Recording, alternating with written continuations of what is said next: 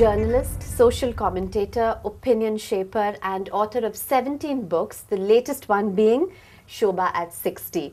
Ladies and gentlemen, yes, I'm joined on Off the Record today by none other than the gorgeous, feisty and outspoken Shobhaa Dey. This is indeed special. Welcome to Chennai. Thanks for joining us. Thank you. Shobhaa, this is very daunting for me, I must say, to be sitting before a woman who's been voted as one of India's most trusted people by the Reader's Digest, one of India's 50 most powerful women by the Daily News and Analysis, and one of India's most beautiful women by anyone and everyone who's seen her. You know, I had a Stop. No, let me finish. I had a sleepless night worrying about what I should wear for this shoot, which is something I never worry about, because to be in the same frame as a woman who looks like this is indeed a lot of hard work. So we can only proceed with this chat if you answer my very basic question.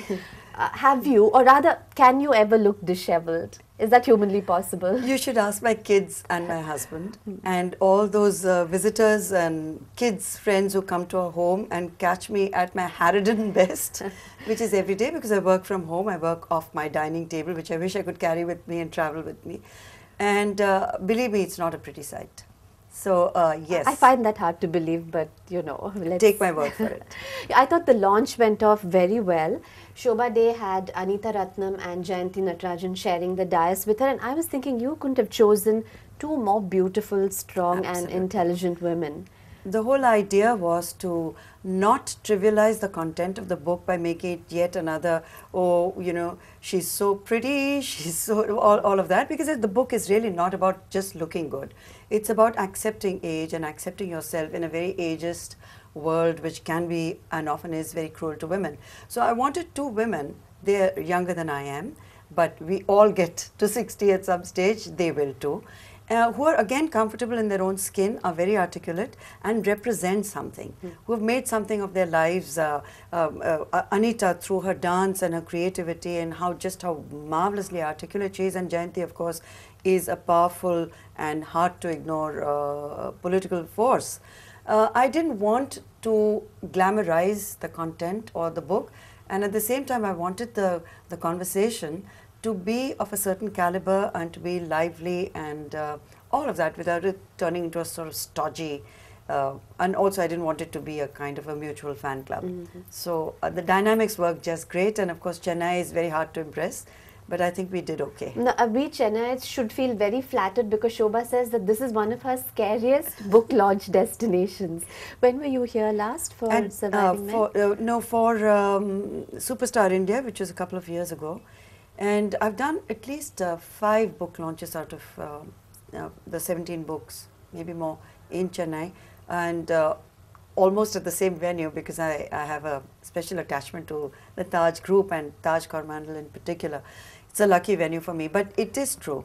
Like the book club or the Madras Book Club, yeah. Yeah, which is such. I mean, the quality of the person who turns up at your book launch is something that I find again quite daunting, because the caliber of the mind is something. It's a very discerning, very informed person who shows up. They know your work, and they're not about to let you off lightly because you come there and flirt with them. Not at all.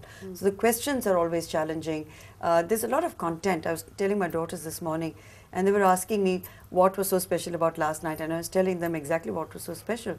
I said the whole tone, everything just is taken to the next level, and it becomes stimulating, and it becomes just an experience that remains a memorable one rather than a routine book launch where page 3 people turn up and everyone has a lot to drink and you laugh and people are dressed in fabulous clothes and you go home and say, oh yes, which book was that? Who was the woman? Who was the man? You know. So on behalf of all Chennai readers, thank you for those compliments. I was wondering if you would read from the preface exactly what you read at the launch, because we can give our viewers a taste of what's in the book. Yeah, sure. Maybe I'll do a slightly shorter reading, otherwise your viewers might fall asleep saying, oh my God, is this going to be a book reading or is it a chat? On the eve of entering the 6th decade of my life, I confess I suffered a tiny panic attack. Oh God, was I really turning 60? 60! How utterly depressing. Now the world would look at me as an old hag, an old bag. Worse, I'd look at myself as one. It wasn't a pleasant feeling, as you can well imagine. But being a pretty upbeat, positive sort of person, I immediately tried to convert that dreaded number into an advantage and felt instantly better. In fact, so much better that I promptly decided to do a book on the subject. So I'll go to the last few lines of this, which pretty much encapsulate what the spirit of the book is about. So if you ask me about my attitude to age these days, let me tell you, I'm feeling like a rich and ripe brie, a cheese I'm particularly partial to. All I need is a glass of great red wine to round off the mellow mood. It's all about the vintage, my dear. I like to think mine was a particularly good year.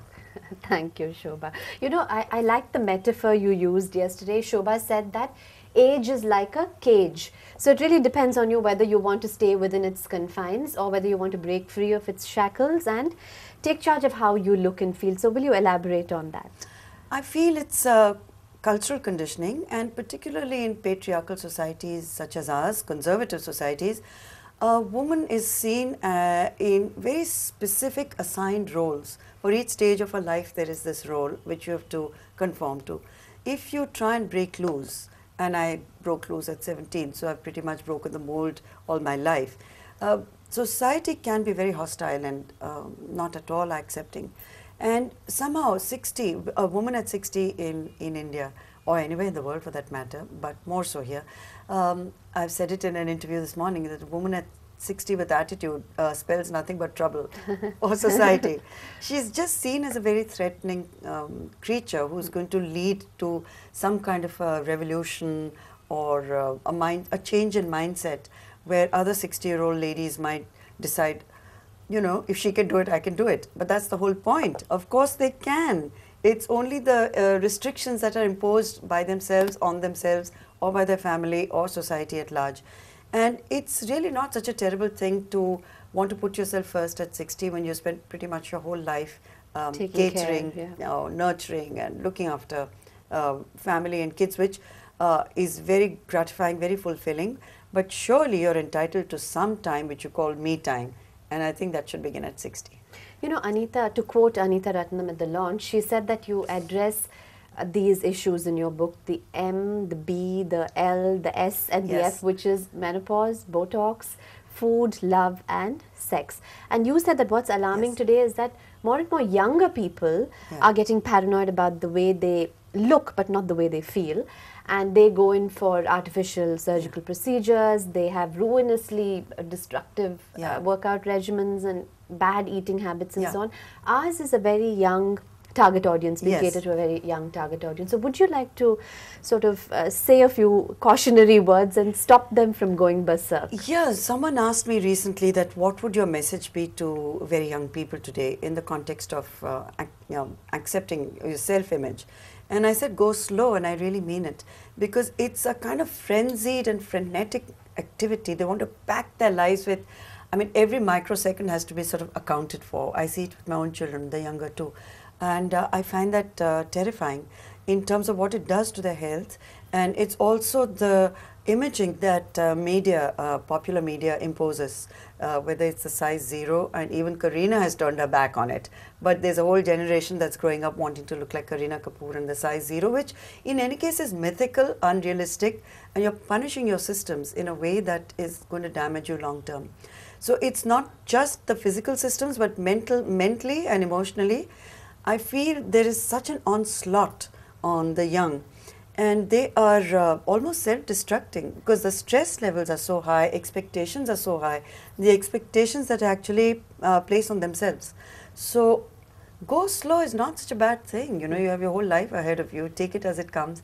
Take it at its natural pace is what I'd like to tell them. You know, when we come back after the break, Shobhaa is going to break my heart and yours by telling us that she's never really worked out in a gym. You work out more at home. She goes for walks and swims, but that's after a short break. I'm in conversation with the lovely Shobhaa Dey only on Off the Record.